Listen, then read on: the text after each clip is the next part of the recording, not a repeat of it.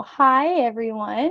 Welcome. I'm really excited to be here today and to be able to present the ways that Share invests in the relationships that we develop with the people that we serve.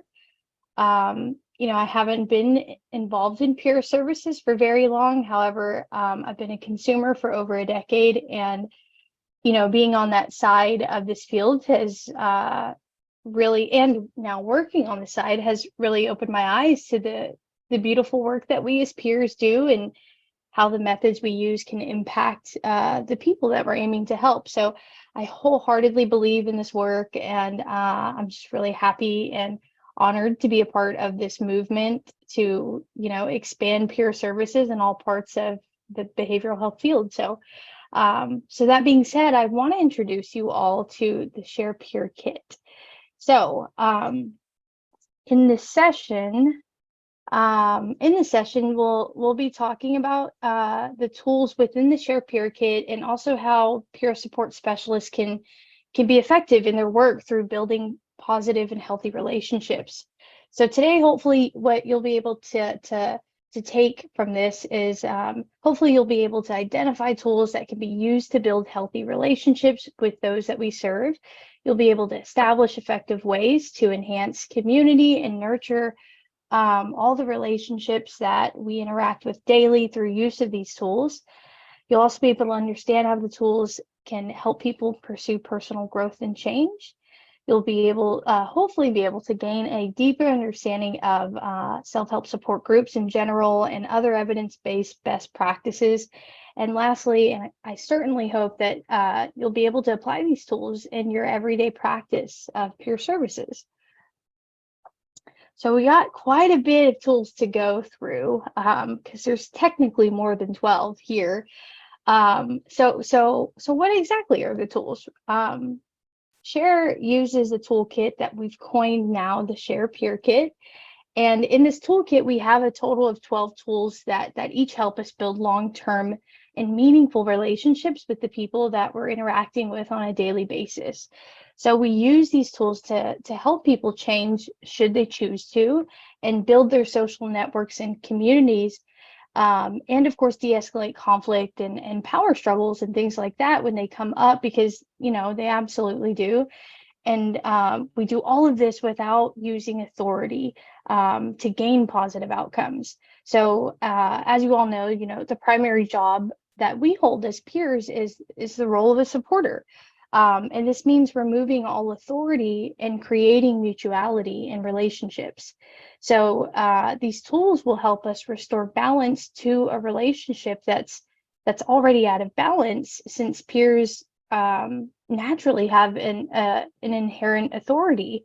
So today we're gonna go through each tool, and we'll touch on just enough to where you'll be able to understand each of them and how we intend to use them. But we're also gonna be doing a much deeper dive on 3 or 4 of them and how we intend to use those tools.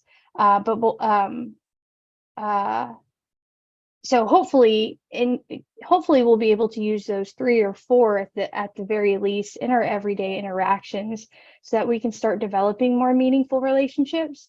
And I would challenge and encourage you all to try using some of these tools in your everyday practice. I think the best kind of practice comes with doing it directly. Role playing also does help, but when you're using these tools in your interactions, they just become a part of your language and a part of your lingo, and it's a really great thing to build trust and healthy relationships with people. So the first tool that I'd like to introduce you all to is something that we call AAA. And AAA is sort of the umbrella tool for all the other tools, meaning in each tool that we use, we're pretty much always using AAA.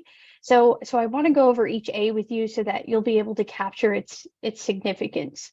So attention means recognizing people's presence, their participation, and contribution, spending time with someone, as well as personal things about them. So for example, asking, how was your job interview? So when you're working with someone who you know something personal about, ask them about it, right? maybe someone I'm talking to just went to their first AA meeting yesterday, then I would ask them how the meeting was and prompt them with questions about how it felt for them to be there. The second A stands for affection, and this means listening to someone, smiling, showing empathy, remembering things that are important to them, such as their birthday, and reflecting positive things about them. This could also mean spending time with somebody, maybe talking about things that they enjoy or working on things together, maybe doing projects together. And this also goes as well as hugging or maybe even giving someone a high five, right? And the final A stands for approval, which is praising and accepting people for who they are and what they've accomplished. It's essentially being there when, despite someone's best efforts, something went wrong, and supporting them as they continue to try again. So we can commend people for trying and for being vulnerable and for acknowledging things that they want to grow or change in. When we can point out all the good things a person does rather than focusing on the bad, we can offer unconditional support in a way that really ensures that people feel seen and recognized.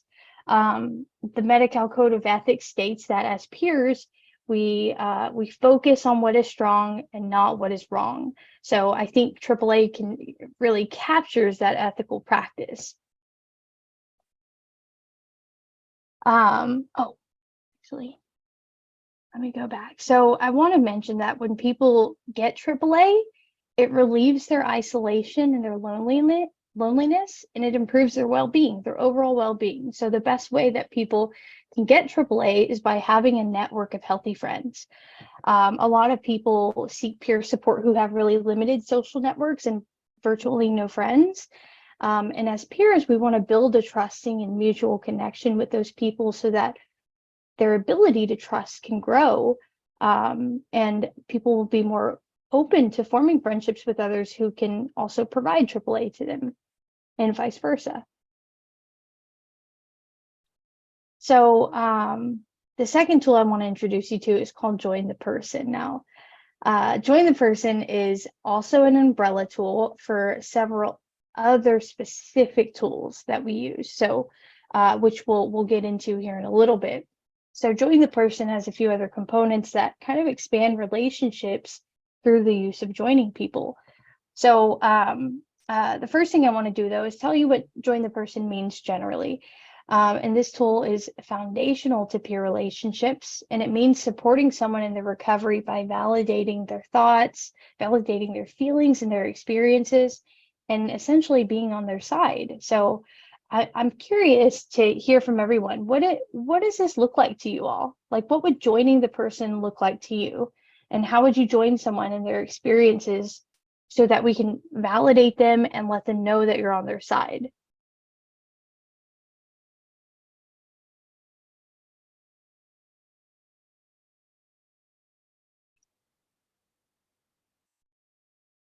I think it's when we're sharing our story and saying, yes, I went through something just like this myself. And I remember how tough it felt and just how miserable I was. Yeah, but I made it through. And we're going to help you make it through too. Yeah. Totally. Yes. Thank you, Karen. To me, that is exactly what it sounds like, right? Like, we don't argue with people, we avoid power struggles, we listen to their frustrations, and we use dialogue that affirms their experiences. So I'm really glad that you said that, because recovery happens when people can talk and express their feelings freely and be heard. And we intentionally nurture the expression of people's feelings, whether it's anger or sadness or fear, so that they can get them out. And kind of like Karen said, listening and disclosing are really powerful ways to do this. So I want you to all notice that last part of the slide, where it says listening and disclosing are powerful ways to intentionally nurture the space where people can freely express themselves. Both of these are primary tools we use that emphasize what being a peer specialist is all about, right? So I want you to remember that in a couple of slides, because we'll kind of go a little bit deeper into what listening and disclosing can look like.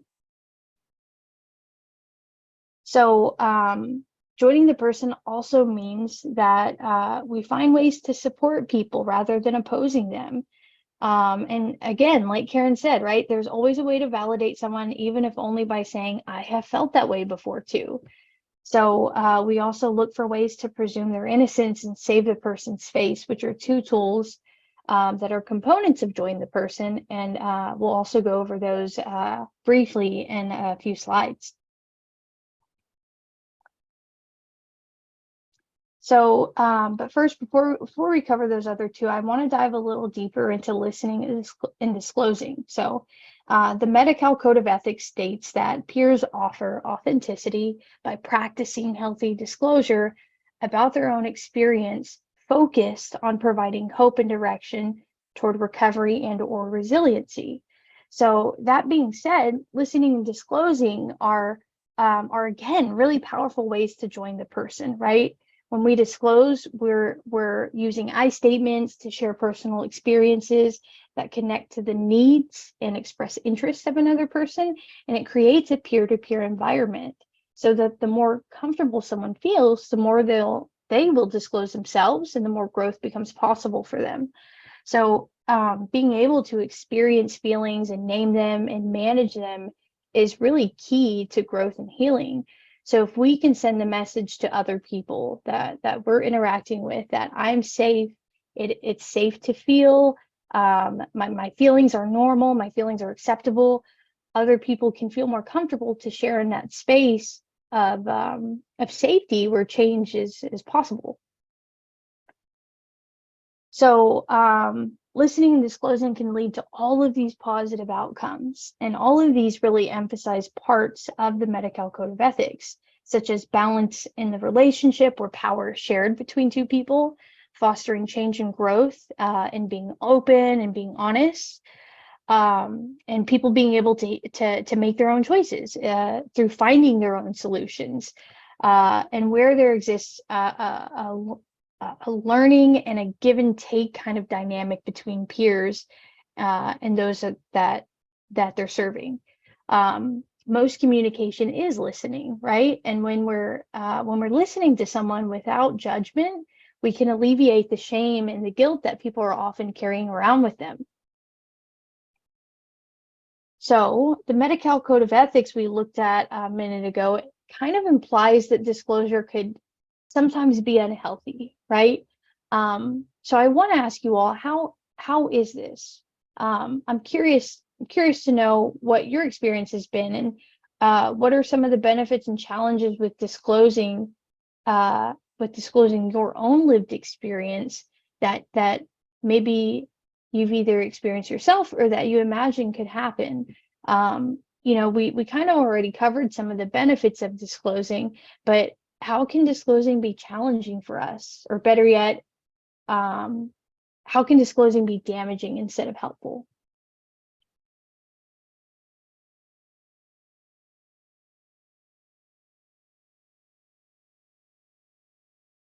Jessica, I, Go ahead.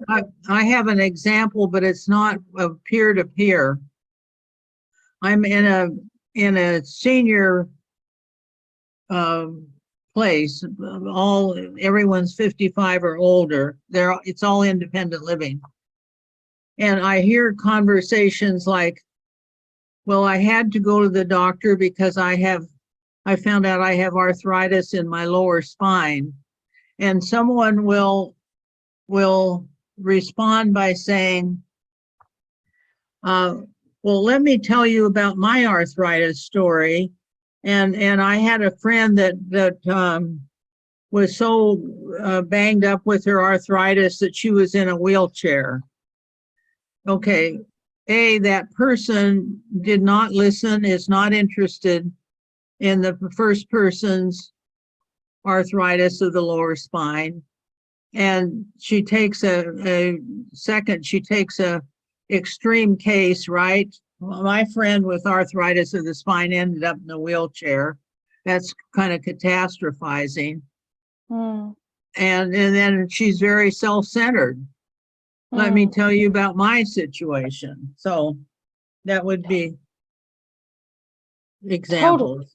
Yes, that's a great example. Thank you so much, Thomasina. Yeah, I think disclosing can be damaging in that way. Like, and it comes again, right, where disclosing is part of communication, and part of communication is listening. So that's why we put listening and disclosing together, because we don't want to just disclose and disregard what a person is saying, because then they don't feel heard, then they don't feel validated. Maybe we, by disclosing, we are trying to validate somebody by sharing a relatable experience, but if we don't listen to them first, um it kind of makes our disclosure pointless and hurtful. It can be hurtful because people don't feel heard. And I also think, like, sometimes people have a tendency to disclose in a way where they want to say, oh, well, you've done this, this is what I've done. Like, and sometimes in a tone or choosing dialogue where it's like, it's worse, like, oh, I've dealt with way worse type of thing, and that can be very dangerous too. And it really can destroy relationships and make the journey to try to build trust in this relationship really slow, and possibly maybe it will never even happen. um, I think with certainty, disclosing things that are also too difficult for people to hear can impact them really negatively. Like, we don't want to scare people off sometimes. And so I think, a way to kind of remedy that is, I think, if we're intentional about listening, about the listening part of disclosing, we can hear what a person's needs are, and we can kind of determine what information might be most beneficial to them in that moment. And sometimes, I've even done it where I've tested out the conversation and started off with really small things before I just tell someone all the really heavy things that might freak them out, or scare them away. So paying attention to what people are telling us and what they're saying is very important for this reason, because we want people to come back and we want people to get the support that they are intending when they show up at our centers. So yeah, thank you, Thomasina. I think, Nan, in the chat, you also said some challenges are disclosing something not seen as comparable, or disclosing in a way that takes the focus off the other person prematurely. Yes, very similar to that last part, is very similar to what Thomasina was saying, but definitely also something not seen as comparable, right? Yes, those are really good examples. Thank you both. All right, so another way of joining the person is to build some capital in the bank with people. So capital in the bank translates simply into building a relationship with a person, right? So the more capital in the bank that I have with someone, the more I can influence someone toward growth and change. And they get to decide, though, what that growth and change is, not me, right? And when we gain capital with people through listening, and we can gain capital with people through listening. We can remember someone's name, we'll greet people, we can make handmade cards for birthdays, maybe for sober milestones or any milestones, and or even thank you cards, which handmade cards are typically more warm and more personal as opposed to a store-bought card. And we can build capital through letting someone help. So, and we'll actually talk a little more about the benefits of letting people be the helper in a few slides. We can also share food together. We can reciprocate a kind gesture. We can show appreciation toward a person. And laughing with them is always a great way to build capital with someone. And of course, including them in anything that they're willing to be included in. So now another tool that we use here at Share is that's also another component of joining the person. It's called the boundary is over there. So what this means is when people are having difficulty with the rules that need to be followed, we position ourselves on the same side as the person and we observe the boundary together, because this boundary applies to them, to everyone, and to myself, right? So by expressing our own frustration with the situation and maybe with the boundary, people are more likely to feel heard and validated in that way. So we join the person while maintaining that boundary. So can you kind of tell how this is joining the person as well? I think often people don't like boundaries, right? And they don't like people who are making the boundaries because they see them as maybe the person who's preventing them from doing what they want. I know I did not, especially in early recovery. So if we can express that this boundary is from somewhere else and not necessarily us, and simultaneously join them in their frustration with that boundary, then the person can feel that we're on the same side of this boundary, instead of seeing us as the person in authority who's keeping them from whatever it is that they're doing or whatever it is that they want to do. So I'm not sure I have time for this. Maybe I have time to go over the last one. So this is just a few examples of that will hopefully help you capture the idea of boundary over there. So this last one, let's say someone's smoking right outside a building, and all the smoke is maybe getting inside. And there's also a nicotine anonymous group that's meeting inside, and we don't want them to feel tempted by cigarette smoke. But it's also raining outside, and the person wants to smoke where it's covered. So instead of the peer telling the person in this first column, you can't smoke here, they can say, we can't do that here, and this place could get shut down. And we can add to that dialogue by maybe saying, you know, it's frustrating, especially when it's raining outside like this. I hate getting wet in the rain. But I know there's a spot around the corner that's covered from the rain, and it's also 20 feet away from the building, which is enough distance so that we don't get shut down. And maybe asking them, why don't I show it to you? This statement feels more like the peer is on their team, right? Not telling the person what to do, but offering them a choice in the matter, and at the same time ensuring that the person feels understood and validated. Does that make sense? Mhm. Yeah? Okay, I'm getting a nod from Thomasina. Good. Okay. All righty. Well, we have a few more of these tools, so I'm really hoping we can get through all of them. So if I'm breezing through them, I apologize. So another component of joining the person is called save the person's face. So this means that that we normalize mistakes as part of life, learning, and growth, even as a courageous act. And it keeps people from falling into shame, which can damage mental health, right? Oftentimes we serve a community of people who are drowning in shame and guilt, and maybe about their choices, their behavior in the past, maybe relationships that they've damaged. And it's so important that we nurture the relationships that we have with people in a way that doesn't shame them, especially more than what they're already doing to themselves, right? So when we can support people through what they perceive as personal failure, we can save face, and we can honor a person's dignity, and we can honor their humanity. So people often experience failure, and being wrong is something that's a life-threatening situation to them.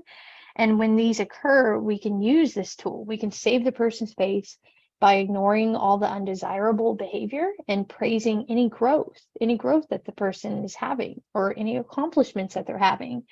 So if we focus on the undesirable behavior and then we end up attaching it to that person, we're essentially rooting them in more shame and more fear.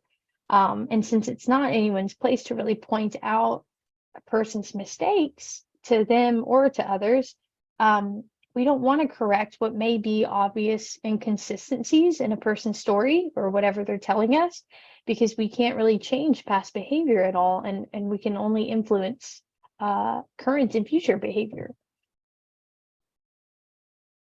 So another component of join the person is presume innocence. So this basically means that we orient our own thinking so that we're not judging someone based on our own assumptions or perspectives about what may have happened in the past. It means we avoid scapegoating without a doubt, We acknowledge our feelings of judgment and blame so that we don't project them onto someone else. And we connect with our own experience of being wrongly accused. So we see the person as a whole, beyond any accusations of a particular situation.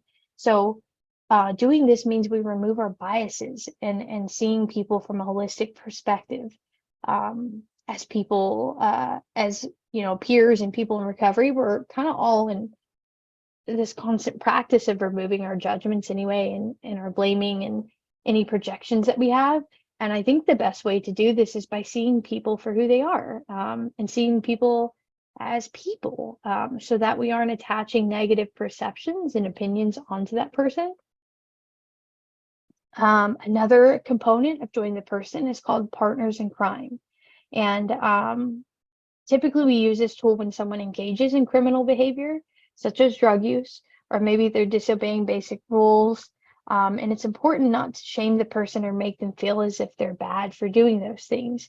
We take a stance of understanding that the person has a good or a valid reason for engaging in that behavior. And understanding comes from experience, right? Finding the common ground to relate to that behavior. And we also keep the focus on the other person, and we try not to disclose at too much length. So I want to point out that both presumed innocence and partners in crime help us implement. The way that we can implement these tools better is the ability to remember our own experiences and draw from those experiences. So this is something that constantly helps me do my job, and it helps me do it well, because I'm able to relate to people in the way that that helps me avoid judging them for engaging in things that I have engaged in before myself, right? So if I can remember my own experiences, I can absolutely understand a person's current experiences. So the last component, this is the last tool that falls under the umbrella of Join the Person. And it's called Assume They're Working an Honest Program. So this means that we catch people doing things right, rather than, catching them or talking about when they engage in undesirable behavior. We accept the reality is valid for them. And remember that people are engaged in a process of discovery, growth, and change. And we remember also that honesty is not all or nothing, and that people kind of become more honest as they grow in their recovery. That can kind of be a step-by-step process for people, right? So, so in other words, I don't really get to determine what a person is perceiving, and I don't get to define someone's reality for them. Instead of suspecting that someone's being dishonest, I take them for their word, and I praise them for all the things that they're doing right by assuming that they're working an honest program. So those are all components of Join the Person, and it's the one tool that kind of has a lot of components embedded into its practice. So the next tool, which is a really, really important tool for a few reasons, it's called Socialize, sorry. Now, Socialize is a tool that stands by itself, and it's a tool that we as peers can all benefit from, as well as anyone working in the behavioral health field in peer services. So Socialize means we intentionally nurture people, relationships, and the environment such that people connect and experience tangible social support. In other words, together we are better. So it also means that we support people to make and maintain friendships outside of the system. An unpaid friend is better than a paid friend. So Socialize means that we connect people to other forms of support, right? Other places where they can meet people and where they can connect with people, so that they're always kind of expanding their social networks. And, I think it's really good to remember that as humans, we all thrive on having others around us, and people who love us and people who support us. And the same goes for those that we're serving, right? Jessica, Yeah, go ahead, Thomasina. um, an earlier version that I saw of the socialize was it is your responsibility to initiate a relationship with other people. And I really have used that. I used that during the COVID pandemic. It's my responsibility to initiate. I can't sit around and complain that my friends don't call me. I need to call them. I need to take responsibility to initiate interaction, etc. Totally. Yeah, I think, when we do things like that in our own lives, in our own practice, it helps us become better peers as well, right? Right. We take that initiative and, even if it's a little scary or even if it's nerve-wracking, right? And then as peers, we do that for other people too, and we try to connect people to one another because the whole entire goal of all of these tools is to strengthen relationships and build a community. Those are like the underlying things that we want to do with these tools. So thanks for that, Thomasina. So I want to do an activity, but I'm not sure if we have enough people here for it. But I think we can do it. Well, actually, maybe I'll just kind of explain. Um, let's see, what slide am I on? So basically, I want you all to think of people, people that a person can go to when they need to lean on someone for support.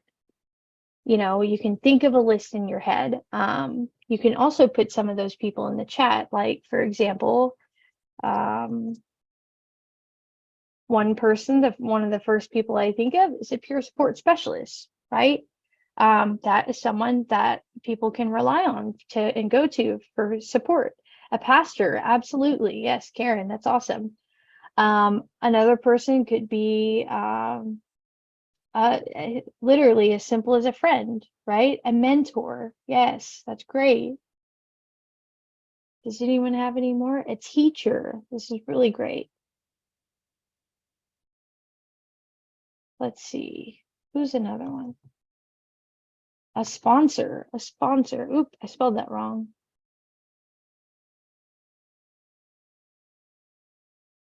So, a sister. Yes, absolutely. Family is such a good one. A coach.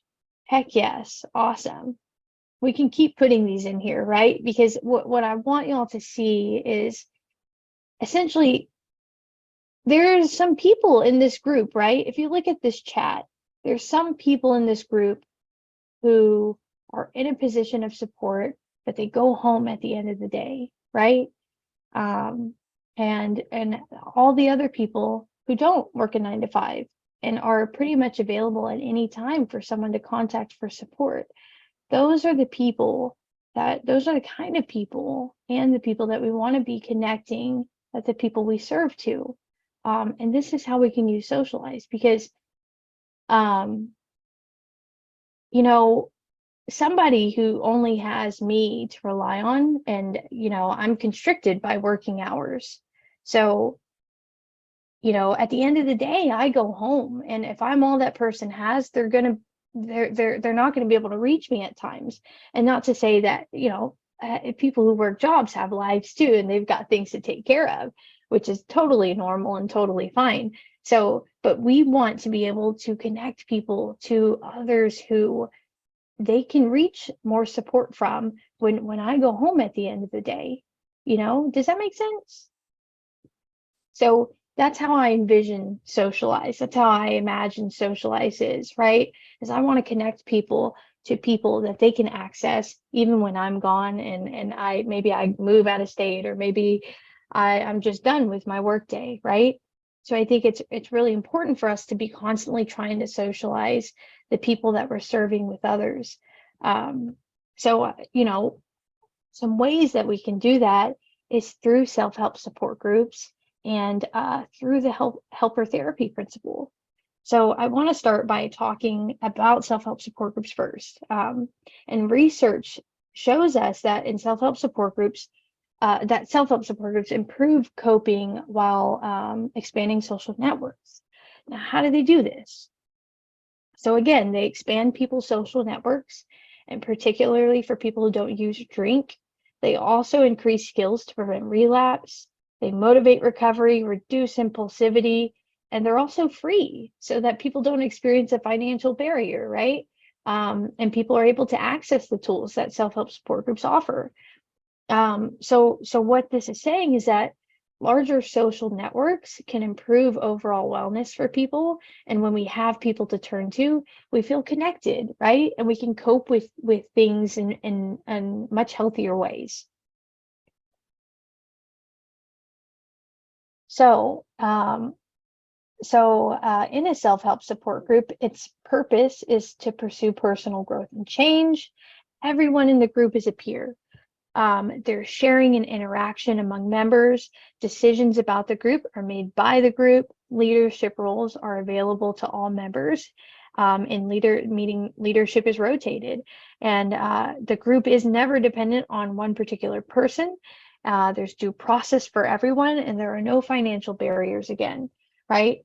So, people that attend AA or Alcoholics Anonymous believe that the only requirement to attend is the desire to quit drinking. And everyone who attends AA is a person who's trying to overcome the same drinking challenges as the rest of the group, right? So you can kind of see how all of these sort of show how everyone is a part of everyone's a part of the support group through this definition, right? So people contribute in a lot of ways as a community, working together toward very similar goals. So I kind of want to cover, how that's beneficial to people, and how our support group's kind of similar to peer services. So everyone involved, right? Everyone involved has lived experience. And there's a balance in the relationships in self-help support groups, because oftentimes groups don't allow crosstalk or advice to be given. And instead, each person kind of shares their own experience and their own journey so that others might benefit from hearing it. And with that method, people are able to gain the support that from an equal, right? And from someone who understands their situation while they learn tools and skills together. And they offer a lot of mechanisms of change without having to tell another person what to do, or without telling somebody directly, you have to stop smoking crystal meth, right? Because oftentimes when we tell people those things, they kind of lean toward the opposite. They kind of do the polar opposite of what you're telling them to do, and they're likely to become resentful. So self-help support groups kind of make it so people are dictating their own recovery, and they're defining it in their own way, which leads to greater independence and greater interdependence with others. And research will also show us too, right, that having a social network gives people a higher quality of life in general. And this is especially for people who are new in recovery. So that's kind of how we want to use self-help support groups to connect people to other networks and groups when we're using the tool Socialize. So another way to connect people to others is through the helper therapy principle. So I'll read this to you briefly about kind of where it came from. Oops. So Frank Reisman coined the term helper therapy principle in '65. He also founded the National Self-Help Clearinghouse, which its purpose was to increase awareness of the value that self-help support groups offered. So what he found out was that when people help others, or even perceive that they're helping others, they feel really good about themselves in ways that improve their mental health, their overall health, and their functioning. He also found that helping others heals the helper more than the person being helped. So bringing us back kind of to the tool of Socialize and how this relates to us using this tool is that basically, if we can create opportunities and pathways for people to be the helper, that we can see, and if we can see strengths that people have to offer and use those strengths in a way that sets them up to be of service to others, we can help people find more meaning and more purpose in their own lives, but also in a way that helps them discover this purpose on their own as they're helping others. So I just think this is a really great tool, and I've seen it help people tremendously, and I would challenge you to all try to use both socialize and the helper therapy principle in your own work when you're able to. So we also use a tool called Own the Problem, and this means we acknowledge discomfort and accept responsibility for my own feelings by owning the problem. We recognize that my uncomfortable feelings don't belong to the other person who I'm working with. So there's a few ways to use this tool, and part of the challenge is when we're talking to people, we tend to kind of pick up on their energy and their feelings, right? Like if someone's angry and yelling, I might also get angry and want to yell back. But if we can lend people our calm, it becomes easier for them to kind of calm down and address the situation. And if someone's yelling about maybe not getting housing after maybe someone at my organization guaranteed them housing, I can own that problem, and I can say something like, I'm really sorry that this happened, and that we promised you housing and you still haven't gotten it. I would be frustrated with that too. Sometimes just owning the problem in that way can be powerful and can help somebody feel validated. So, and also owning the problem is really all about creating a way for someone to not have to feel shame about their behavior. So I just wanted to add that because that's how I think of it in my head. So we also use minimize authority, and this means that we choose words, interactions, and structure of the environment to minimize our authority and maximize our peer relationships, and build community. Again, right? Minimizing authority empowers people by making their opinions and their views and judgments and their experiences important and legitimate.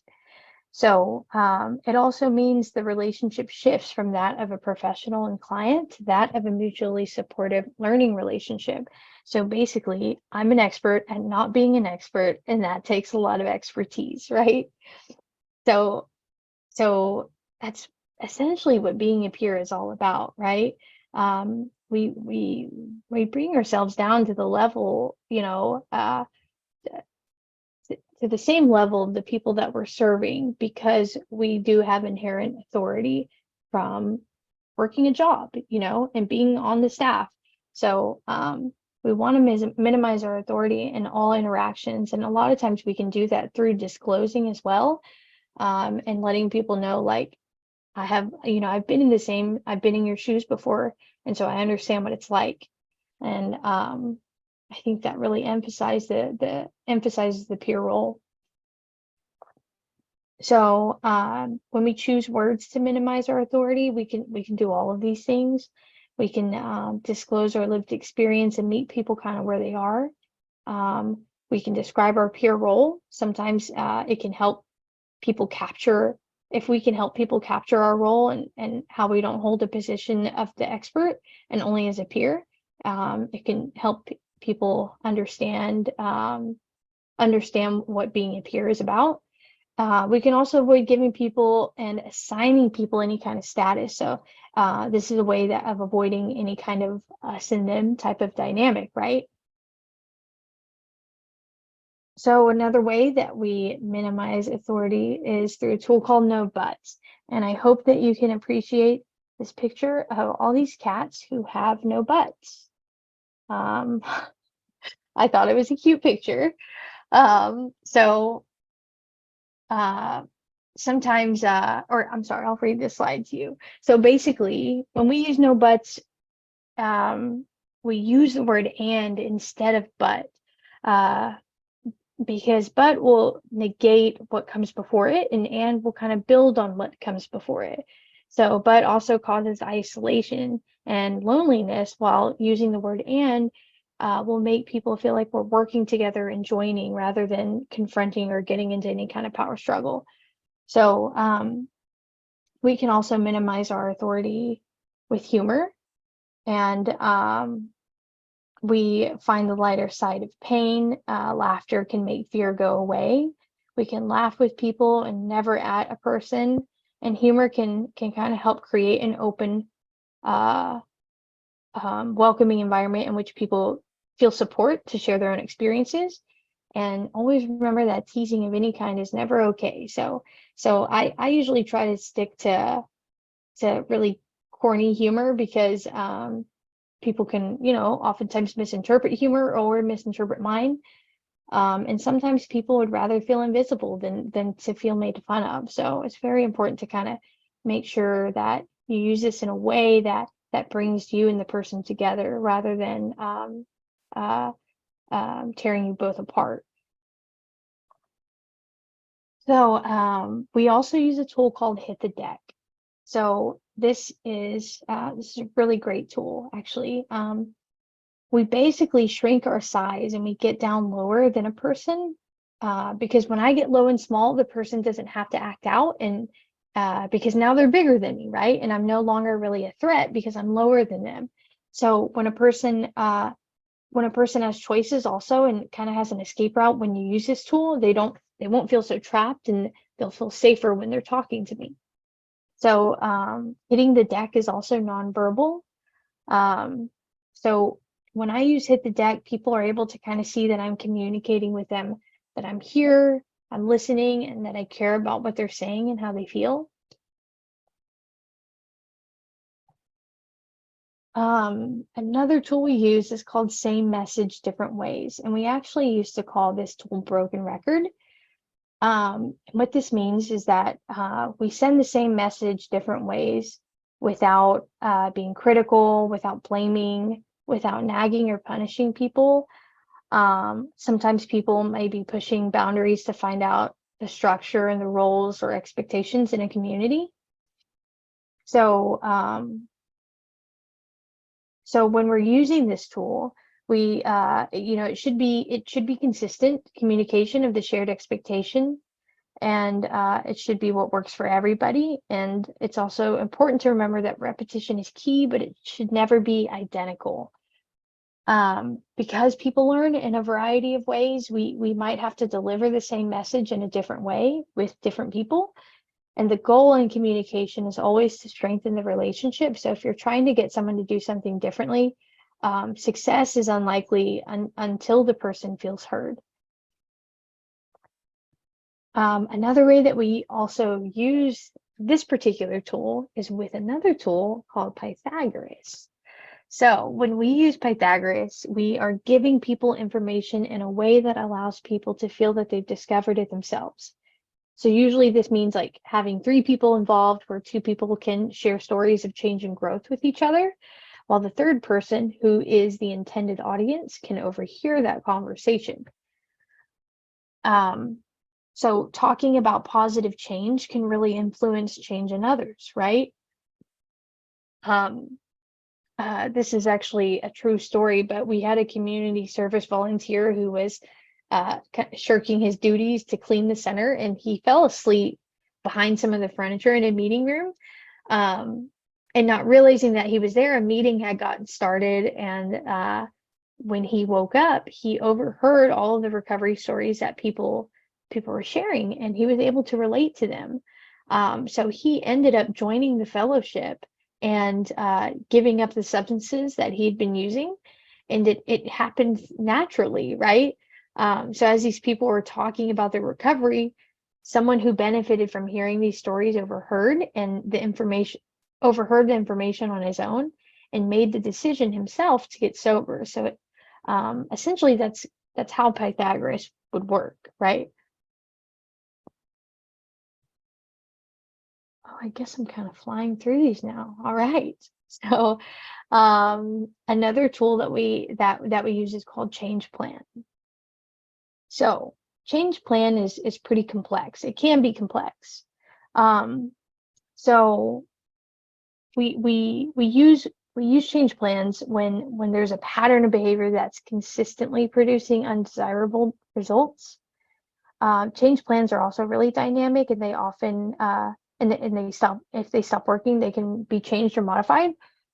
When we use a change plan, we also want to involve the person who needs to change, and looking at where things need to be to produce desirable results, particularly for their specific goals.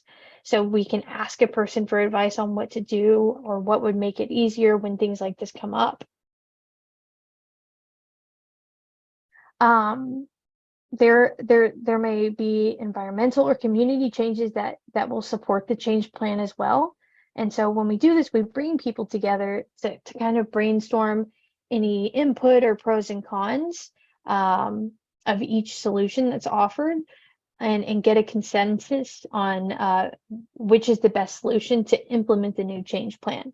So we also support people in adapting and modifying behavior as things start to change. So what worked, a few weeks ago might not work today. So change plans can be pretty cool because they're so complex, and they can be really interesting because they can get creative, right? Especially when we involve the person that it's for. I think a good example of this would be like, let's say there's someone who throws things at a certain person in our center, and the person who gets things thrown at ends up always calling the police, and maybe the person throwing the stuff is always escorted away, or they get filed a restraining order against. When it comes to something like this, we can work with the person who's throwing things to develop a change plan and ensure that she stops getting into legal trouble or stops having run-ins with the cops.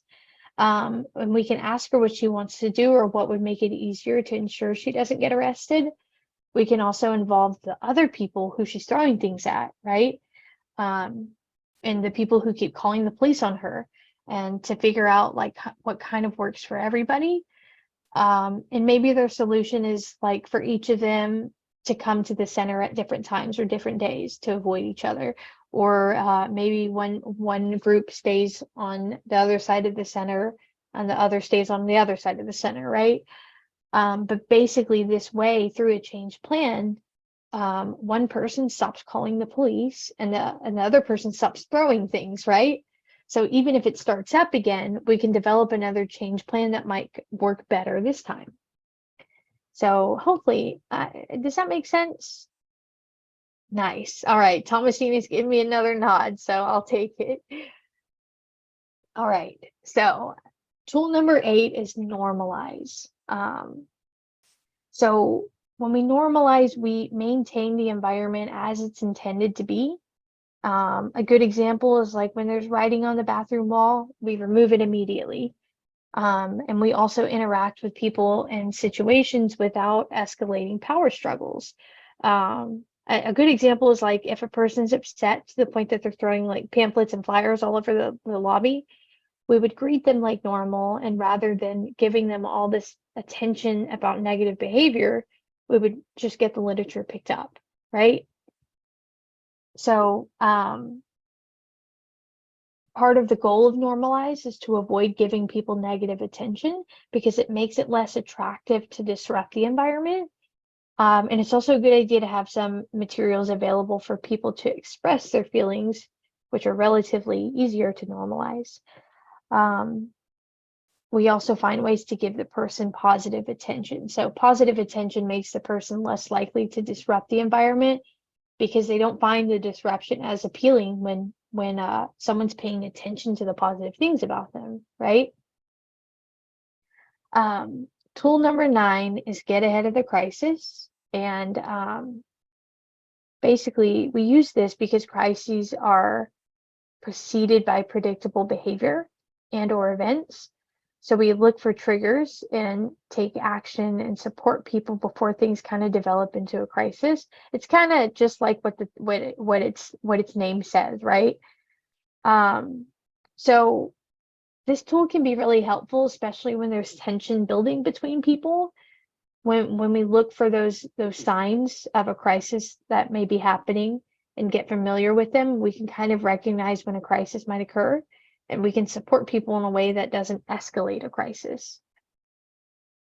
So this might look like maybe identifying alternative solutions that are a win-win for everyone who's everyone who might potentially be involved in a power struggle, so that everyone can kind of feel like their needs are being met, and this will prevent a crisis from happening.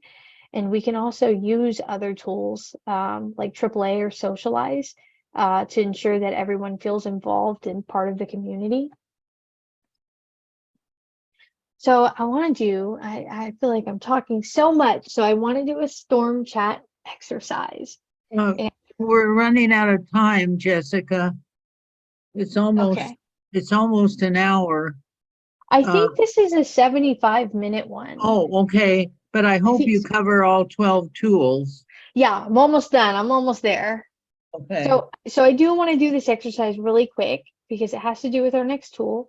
And really quick, just all at once, that's what a storm chat is that all at once, everyone put something in the chat. And all I want you to put is something or many things that you're grateful for. You can make a list. It could be one thing that you feel like you're really grateful for today. So I'm going to go ahead and say my sobriety. Maybe I didn't say my sobriety. Karen put home, good food, family, dependable car, good sessions, nice people, love it. The pineapple shake my caregiver just brought me. That's amazing. Yes, that sounds really good. Anything else? What are y'all grateful for?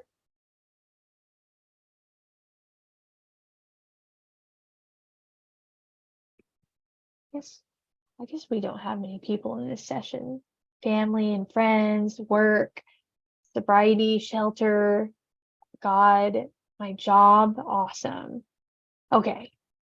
So basically, you know,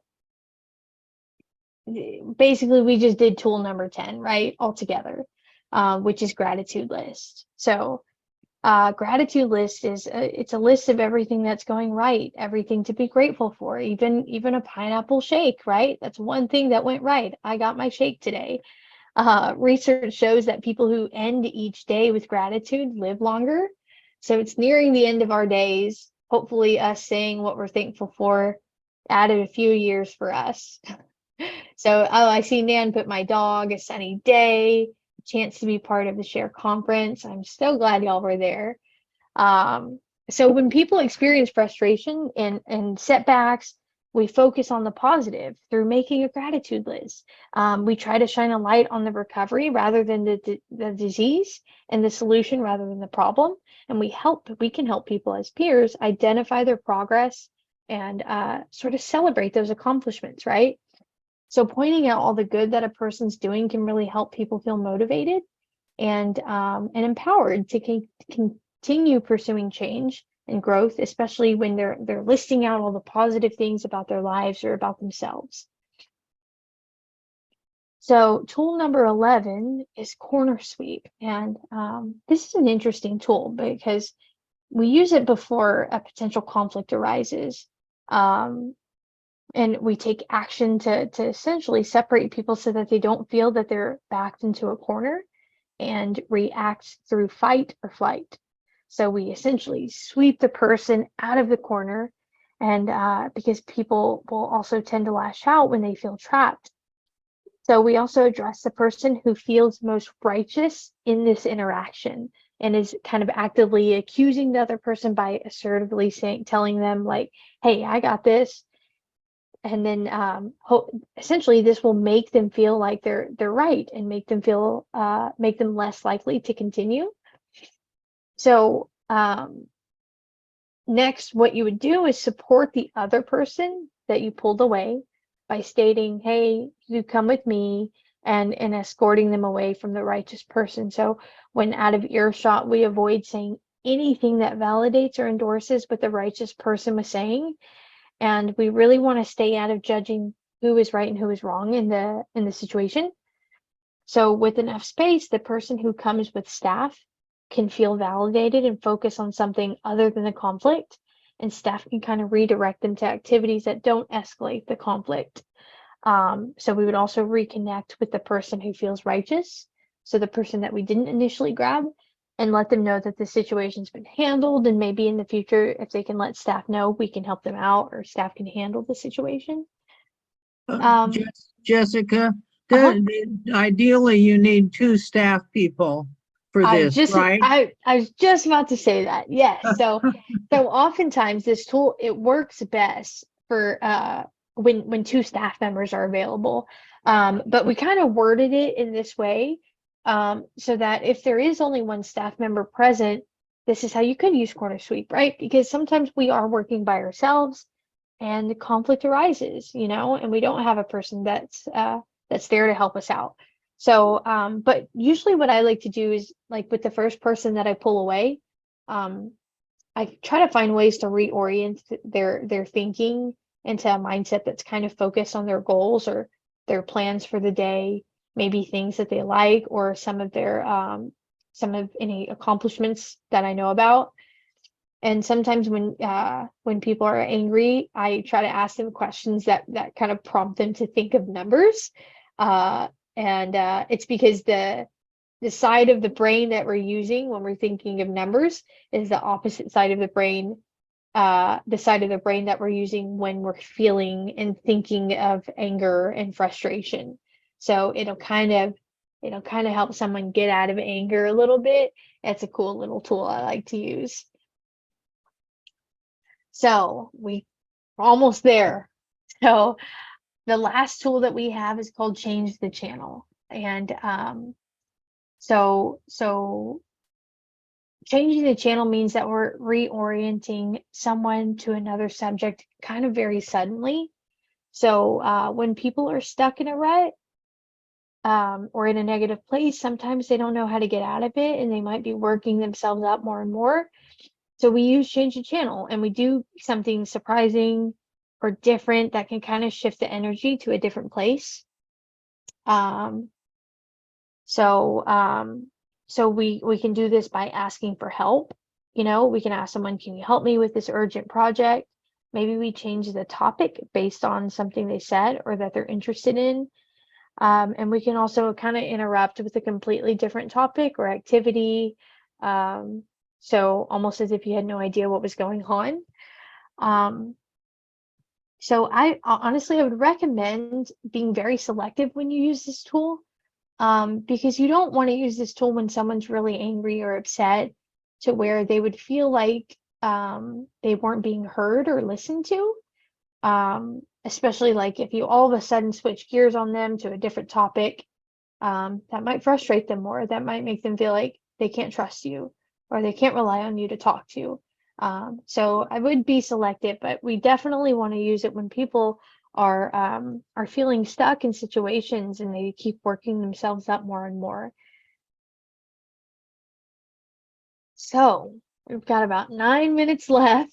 And the last thing that I want to say is you made it through till the end. So awesome job. Thanks for hanging in there, everyone. And thank you all so much for being here and for your participation. I do want to mention that if you are interested in a much deeper understanding of these tools, we dive into each one of these in a deeper way in the Share Peer training, or the Share Medi-Cal Peer Support Specialist certification training. It's a free training, and you can sign up and register for it at our website.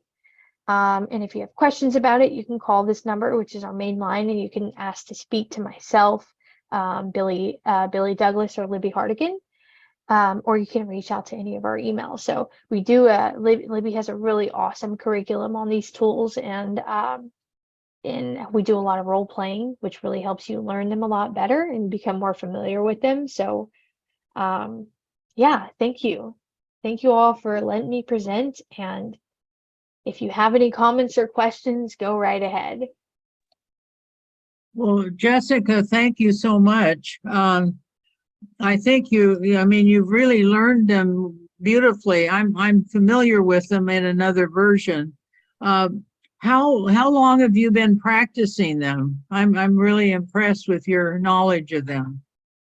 Thank you. That means so much to me because I am not a professional, or I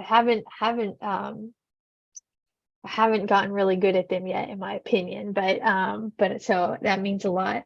I have been with Share for a little over a year and a half, and so I definitely have been learning them since the day I was hired, and I think I just really believe in them, and I really think that they work, and I've seen them work in instances, and so that always really helps. And I just keep practicing, in all my interactions every day. Sometimes I use it in my outside of work without even realizing it until later.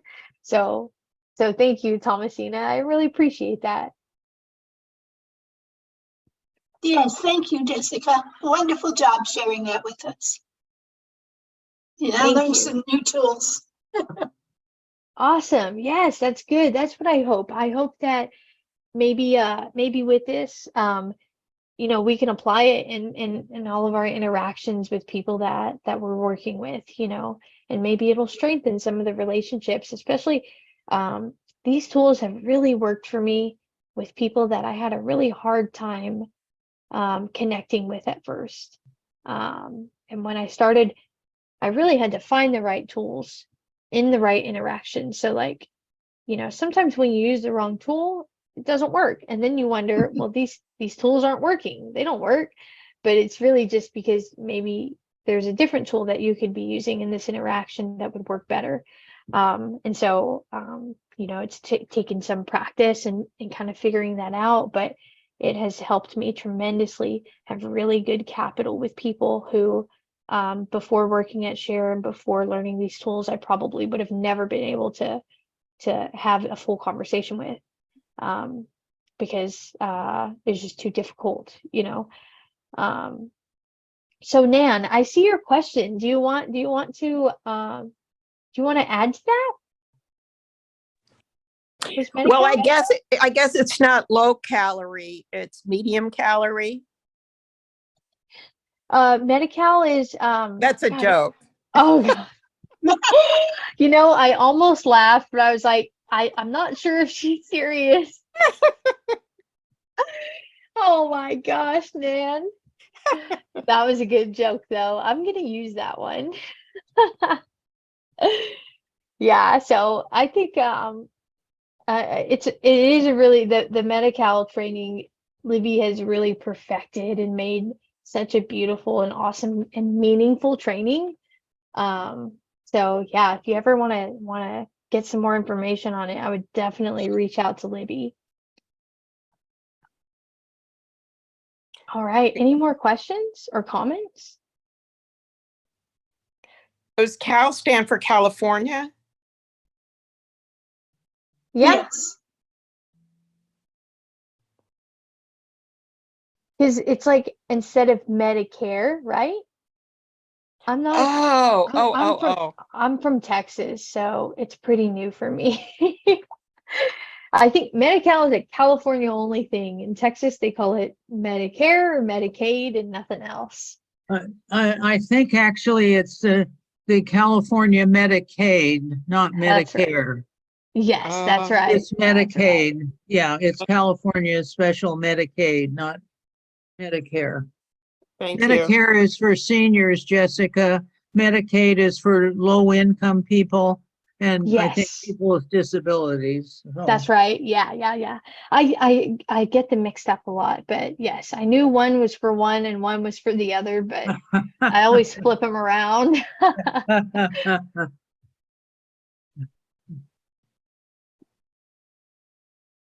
So I think Doug went ahead and posted all the links in the chat. So if you want a certificate for attending this, I guess you can go ahead and take over, Doug, if you'd like. Yeah, so if you need a certificate, you just leave your name and email in the chat. There's been recordings too of all the sessions, and if you're interested in that, you can click on the link that's in the chat. And also any donations would be appreciated. There's a link for that as well. And I believe that's the last, this is the last presentation of the day.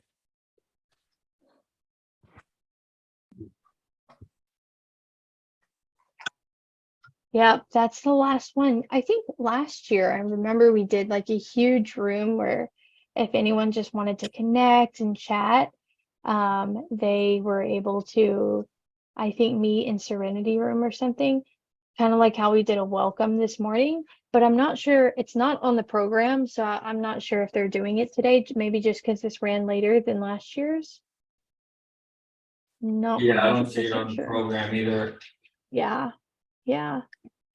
But I'm so glad that I'm so glad that y'all came, Thomasina and Nan. Y'all are both really awesome this morning. I think talking about ACA is like so vital because people have no idea what it is mostly, and yeah, I think everyone needs to know about ACA. And I also really like the other groups that you mentioned too, Thomasina, in your half of the presentation. All the ones with the robust programs. Right, thank you.